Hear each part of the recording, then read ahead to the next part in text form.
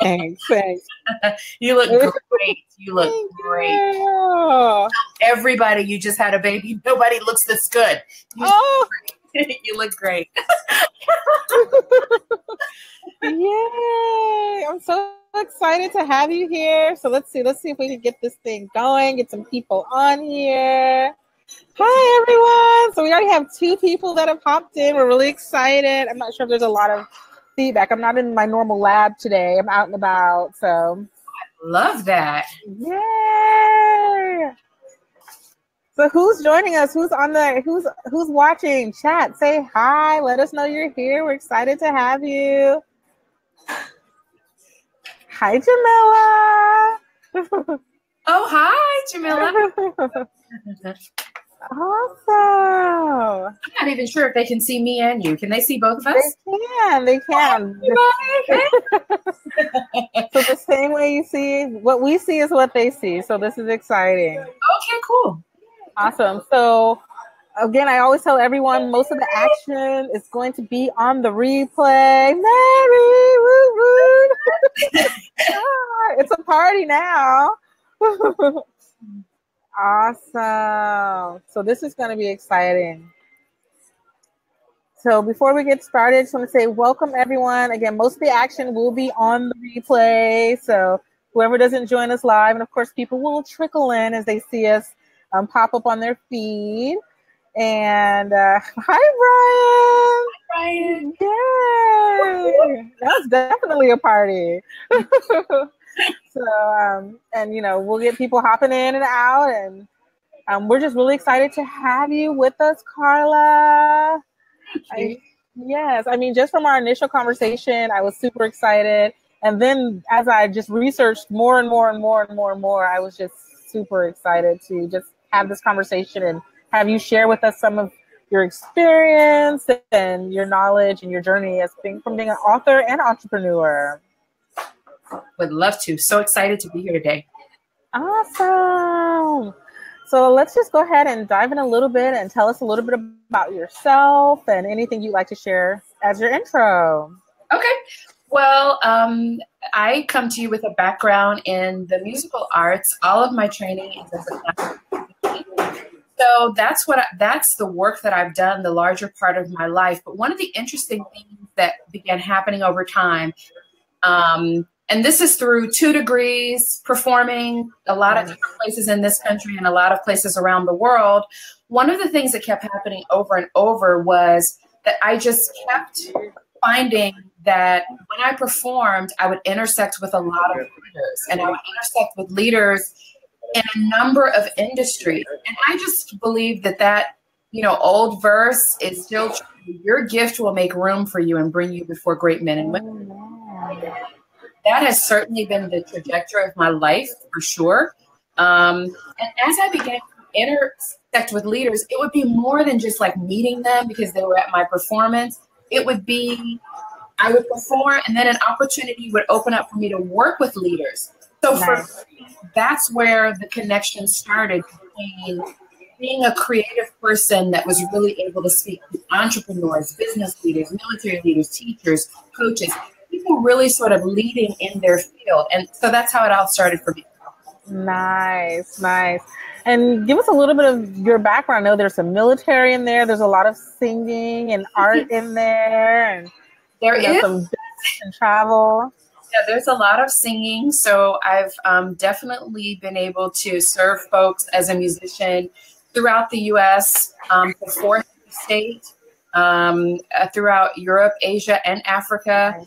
And things like orchestral singing, directing choirs for a while, for about 10 years, up until this past year, actually.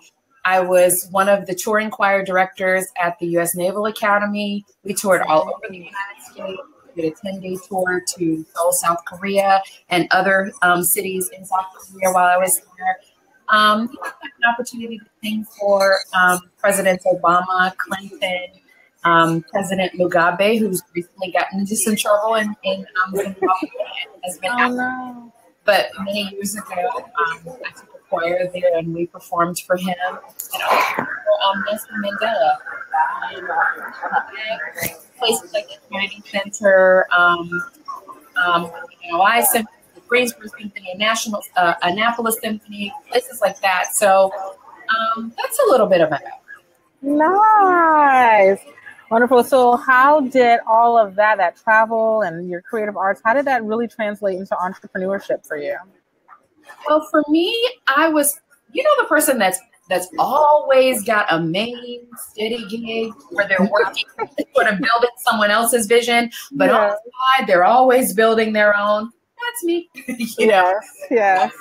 All the while that I was working in military or teaching at a school or teaching at a university, I was also doing my own workshops for singers. I was also doing what we now call, it's very popular, I would say within the last 10 years to call it coaching, but people who were at the top of their industry that also knew me have called me for years so that we could talk through strategy points, so that we could, so that I could cash vision, but also give them implementation guidelines and strategies.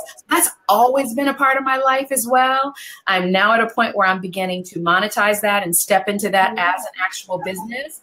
But it's always been like this great gumbo for me. Like there's never been a period in my life where I did one thing only and then I did this thing only. I've always done all the things, if that makes sense. It does. It absolutely does. That brings up a good question. This word coach, right? So coach right now is like the absolute buzzword that everyone's talking about. And sometimes I feel like it's just oversaturated. Like, what do you think about that? What are your thoughts?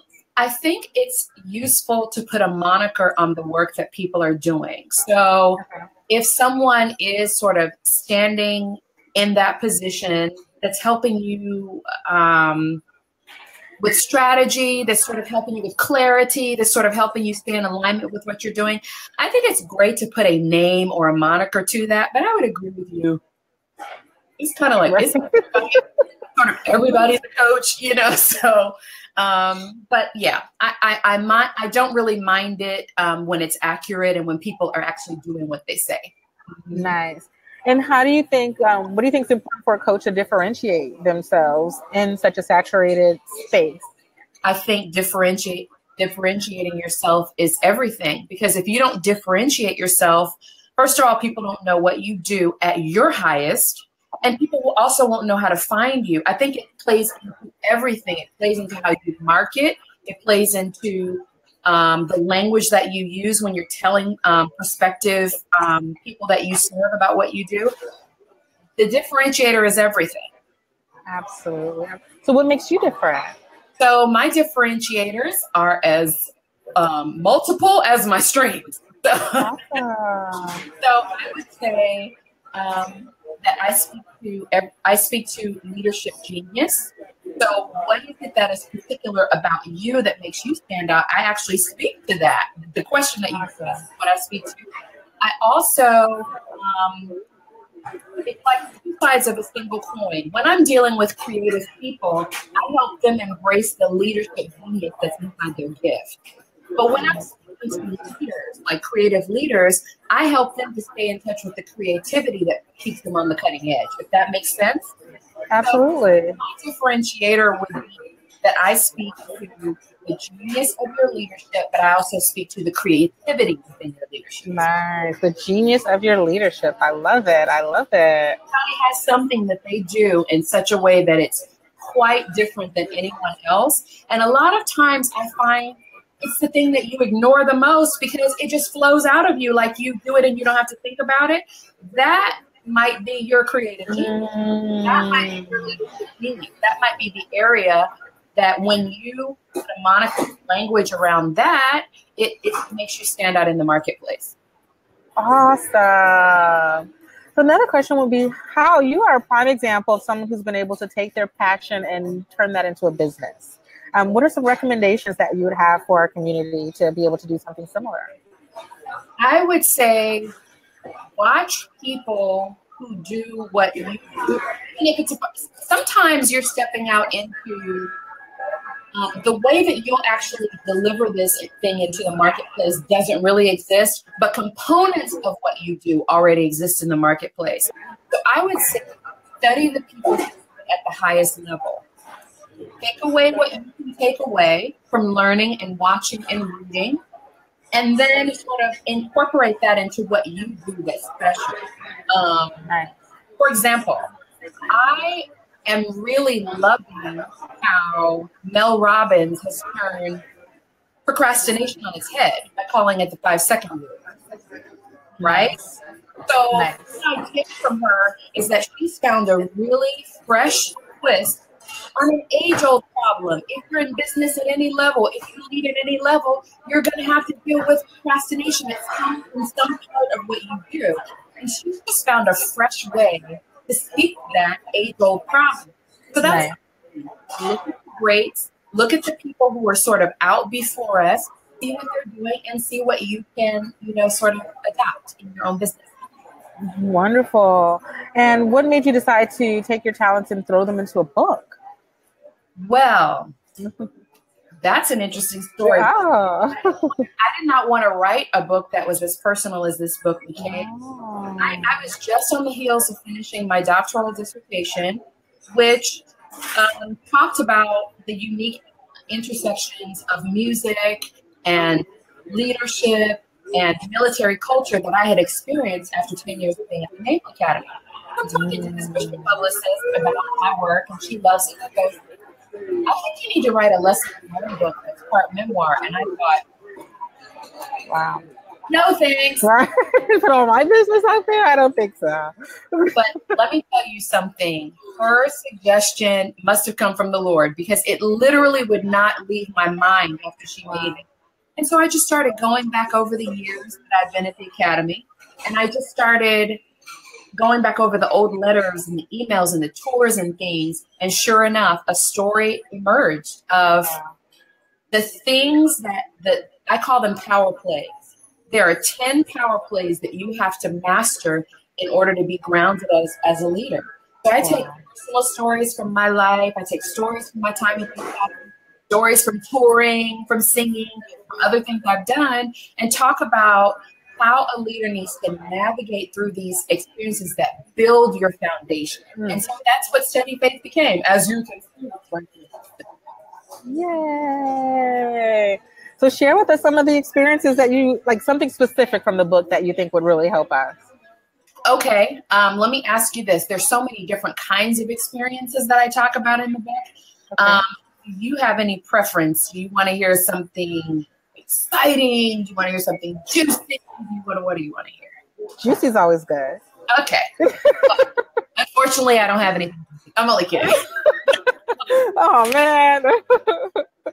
Well, I will tell you about one of the things that solidified my purpose in this earth. And that's that's a story that I opened the book with. And it's about an opportunity that I had to go and teach at a Chinese music conservatory while I was still a master's student. Okay. But my plan, because for me, faith is most important. It's the foundation and the center of my life.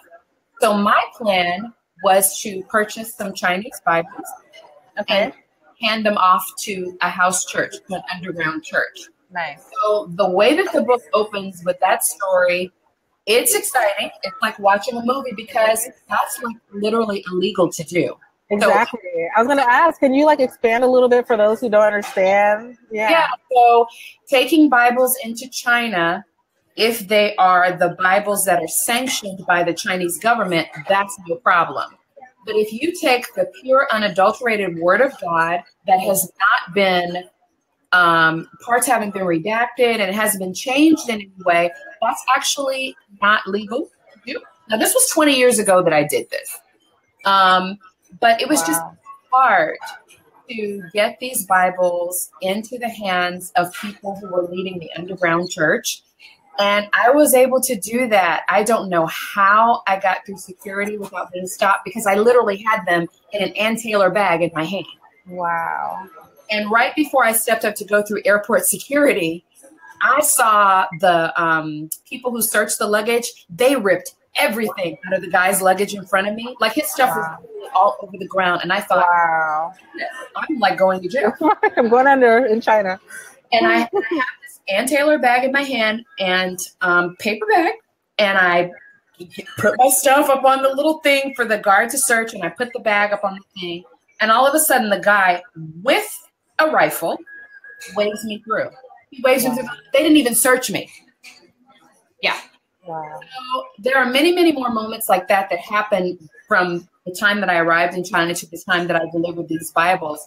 But what that showed me is God's purpose for my life, which is to fearlessly take who he is and my knowledge of who he is with me wherever I go. And just be prepared to do that without apology. Okay? I've now done that in business. I've done that around the world as I've sung. And you know, you don't have to preach. You don't. You just show up with who you are and not be afraid to talk about how you do what you do. And that trip solidified my purpose in a way that I don't think anything ever could. And the Lord has opened so many wild and crazy doors just because I think he knows I'm one of his wild and crazy kids. Yeah, I'll do it. I'll take Bibles into China, whatever. Right. Yeah. Right. What else do you have for me? Amazing. I'm not trying to say I'm not scared. And I'm not trying to say that I don't drag my feet at times. I do. Sometimes it takes me a long time to say yes because I'm scared. I can't see it. I don't understand. Really? You know? Nice. But in the end, you say yes, and you meet wonderful people like Michelle Morton. You meet amazing people like you say yes, and wonderful things happen. Awesome. So, you know, that brings up another thing, you know, being an entrepreneur, business owner, author, professional, there's that fear aspect in there, you know. And you talked about pushing through the fear. What are some things that you do, or what are some ways that you push through that fear? Again, mentors are huge for me. And I don't think you have to know every mentor that you have personally. I think if you read someone's writing, they've just mentored you and it blesses you, or it gives you something concrete that you can step out on. That person has just mentored you. So I'm big on mentors. Okay.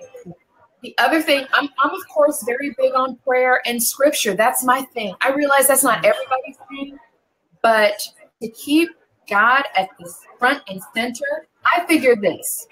If I'm right about who I think God is, if he literally knows everything, if he literally has every plan in his hand, why am I not talking to him? Okay? Right. For me, scripture and prayer are very important as well. And, you know, thank you for giving me a wide open platform where it's very comfortable to say those things. I think the other thing is realizing that Rome was not built in a day. You don't have to take every step at once. But I think it's very important to stay in action.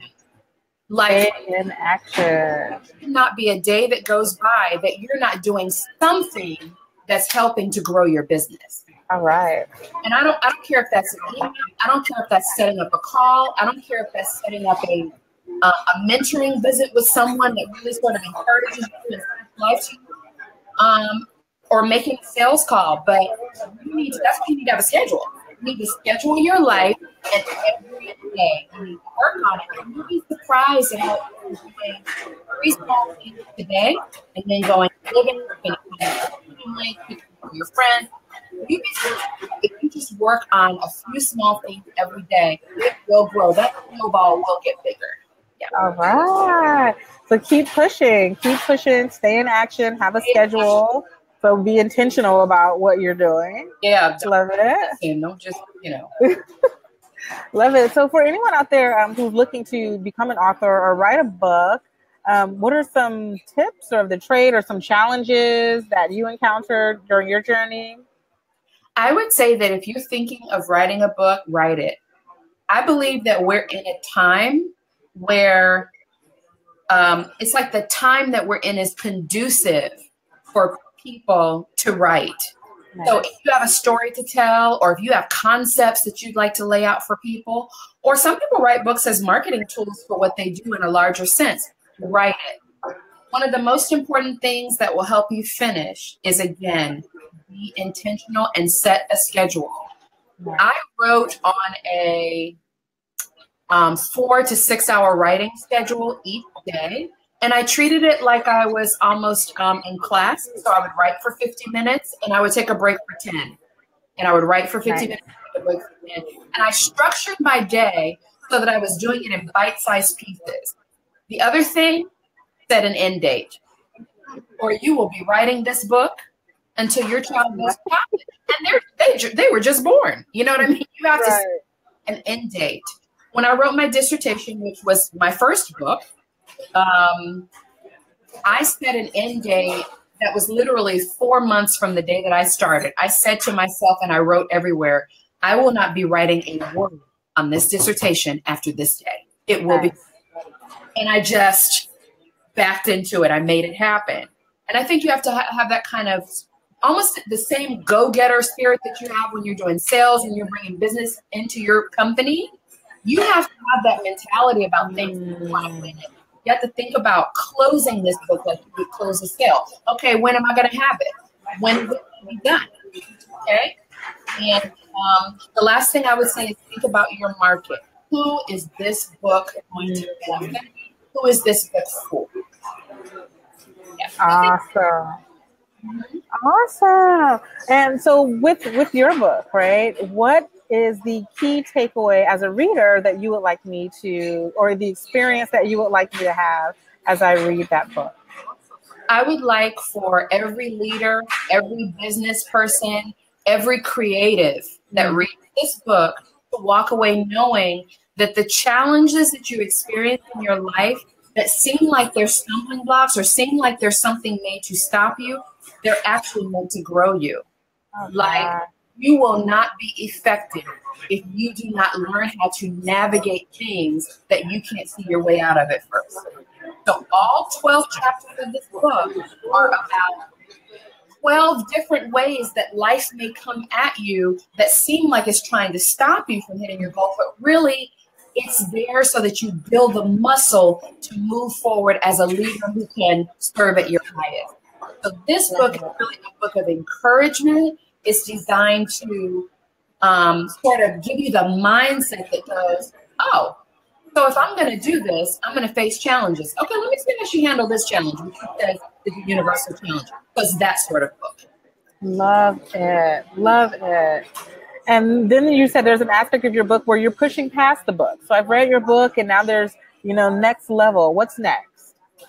Yes. So as we said, just really briefly at the top of the call, so I've been a musician for years. I've been a teacher and a trainer of musicians for years, but I've also been on the sidelines like a coach of leaders. Like they call me to get insight, implementation strategies. And so now that I am beginning to step out into that fully, I've developed one-on-one group trainings around that sort of need as well. So, if anyone's looking for, even something as simple as a strategy call, they can definitely call me and we can figure out if it would be right for us to work together. Awesome. And what would I get from working with you? Of course, implementation training, strategy. And so through implementation training, right? Because that's the thing. A lot of these coaches, they just talk strategy, which is great, right? But now what? So what are some ways that you help them implement this stuff? Well, I think I know that when I'm working with the right person, the step-by-step or how to do the strategy is something that I'm able to give them. Nice. Now they may tweak it and they may find that a certain step works better for them if they do it this way or if they do it in this order. Nice. But I am definitely able to do that for leaders. And it's one of those things that we talked about at the beginning of the call. It's so natural to me to do that. I did not realize even that I was flowing in a gift or a monetizable business at first. I've done this for so long, for so many people. I'm talking about writers for film and television. I'm talking about music producers. I'm talking about military leaders. And it's such a joy to do that I didn't really kind of realize. Now that I get it, I'm really, really excited about serving as many of the right people, right fit for both of us, as I possibly can in that area. Wonderful. And the great thing about a lot of our members too is that we have military leaders in our group. We have professionals. We have people in the arts and entertainment industry. We have people that own their own contract and consulting businesses for the military in this group. So I push you guys to definitely reach out to Karla and, get on a call with her and see if it's a good fit. I mean, she has years and years and years of experience. She has a PhD. She's written a book. She has she's implemented a lot of the strategies that she's going to be kind of helping you guys walk through. So I guess I have before we start slowing down a little bit, I have a couple other questions if you have time. Awesome. So, yeah. The first would be, what would you consider your biggest success in your journey as an entrepreneur, author, doctor? Now that is an amazing question. I don't know if I think in terms of biggest success. I tend to think in terms of goals have I set that I've successfully completed. Okay. And maybe for me, biggest success becomes, what have I set my face to recently that I've actually completed? Nice. One of those things would definitely be this book. I mean, I thought I kind of knew how this was going to go. I mean, after all, I've just finished the dissertation. I've writing this book, writing about yourself, trying to choose carefully and mindfully from your own life about things that will serve other people is no small task. Wow. I'm super excited to have successfully completed that journey. The book is out on my own imprint. I'm a self-published author, and I also own a company. Okay. Again, always thinking entrepreneurially. And one of the things that, in addition to completing the book, that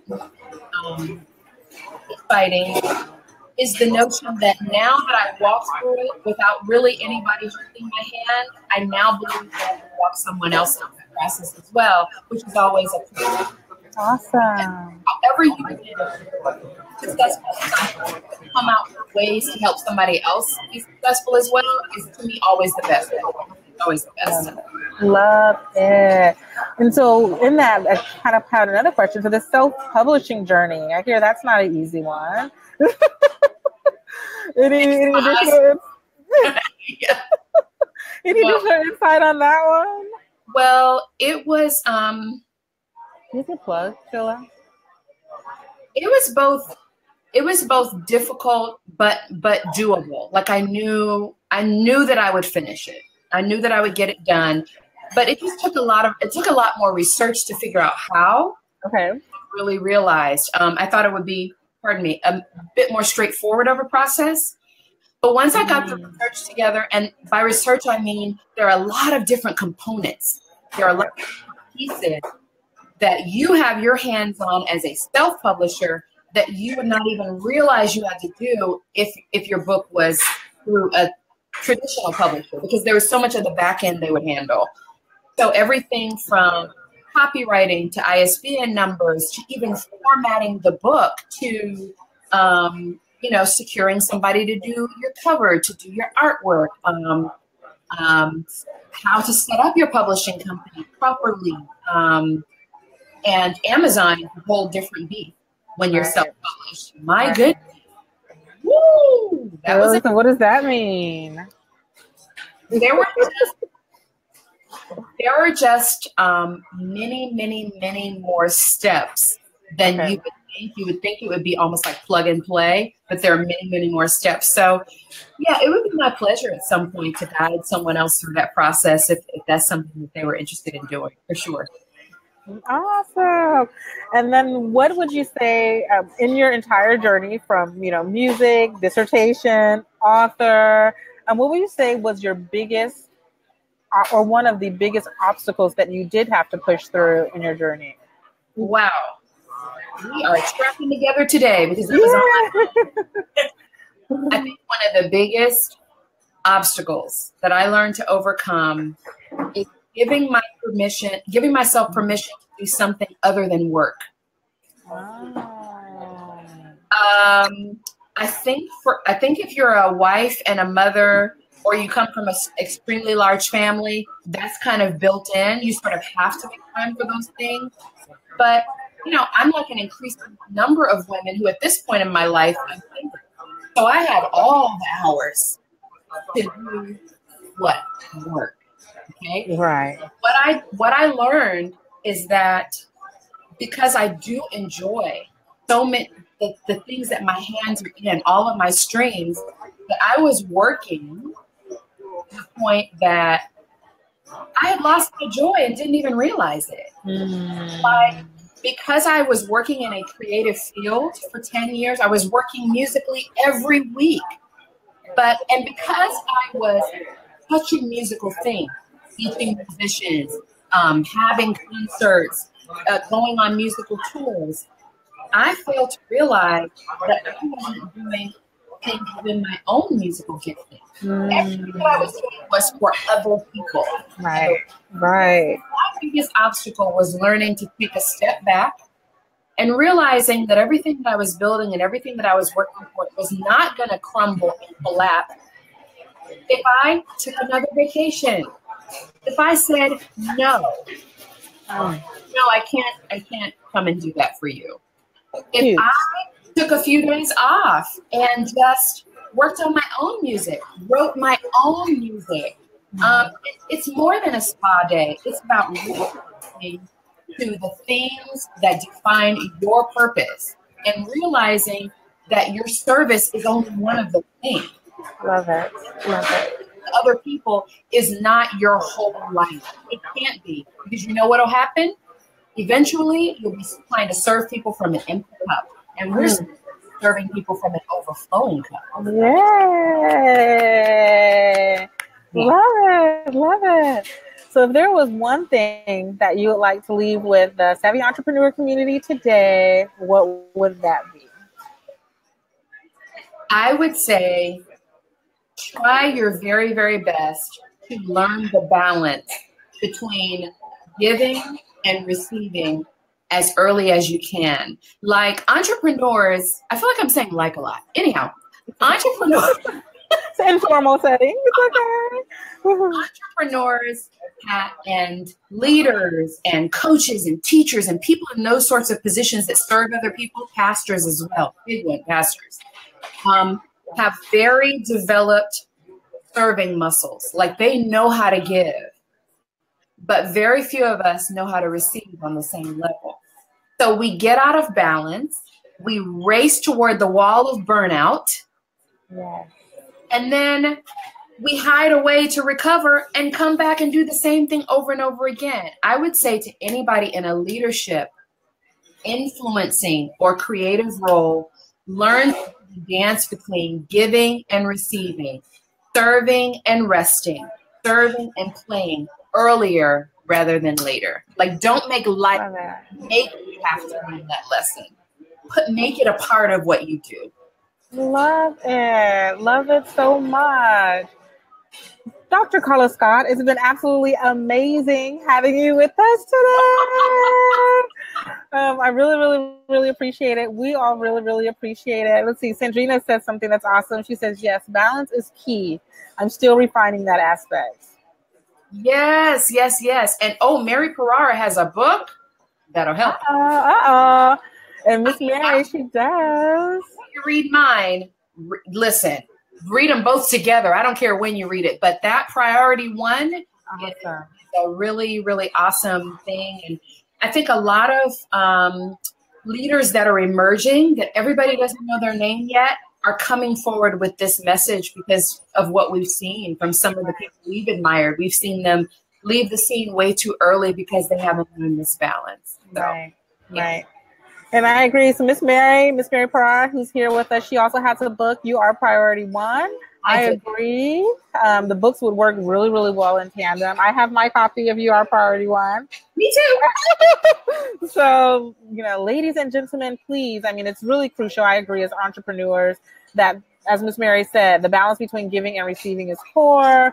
As Miss Scott said, really finding that balance earlier than later is key, right? So it's entrepreneurs and mothers and fathers and, like you said, church members and family members and professionals and business owners and leaders on top of that. It is absolutely crucial for us to remember to take care of ourselves in the process. And we will have Miss Mary join us sometime soon to talk about Priority One. Make sure I did put the web address for karlascott.net. Jump on there and you will see everything from, you'll find out her wonderful history. That was actually in itself just a great read for me, honestly. I mean, reading your story and your journey, all the places you've performed and experiences of your life. So I just cannot wait to get my hand on the book. Also for her coaching and consulting services, you guys reach out to her. Who better to learn from than the best, right? If you want to be the best, you have to learn from the best. So reach out to Ms. Karla on that. And again, I thank you so much. And I hope that you'll join us again. You know, this isn't just a one-time thing. I feel like we just really barely scratched the surface of, you know, this dialogue and the conversation and where it could go. Oh, thank you, Michelle. What a pleasure to be with you today. I love that you're doing this. I feel that your work is so necessary. So necessary. And I just want you to keep going. I want to encourage you to keep going, keep doing what you're doing. You are an essential part of what so many people are trying to build because of how you're holding space for people. So congratulations and keep going. Thank you so much. Thank you so much, Dr. Scott. You have a wonderful day and try to stay warm. Okay, you too. I'll talk to you soon. All right. Bye-bye. Bye-bye. Yay.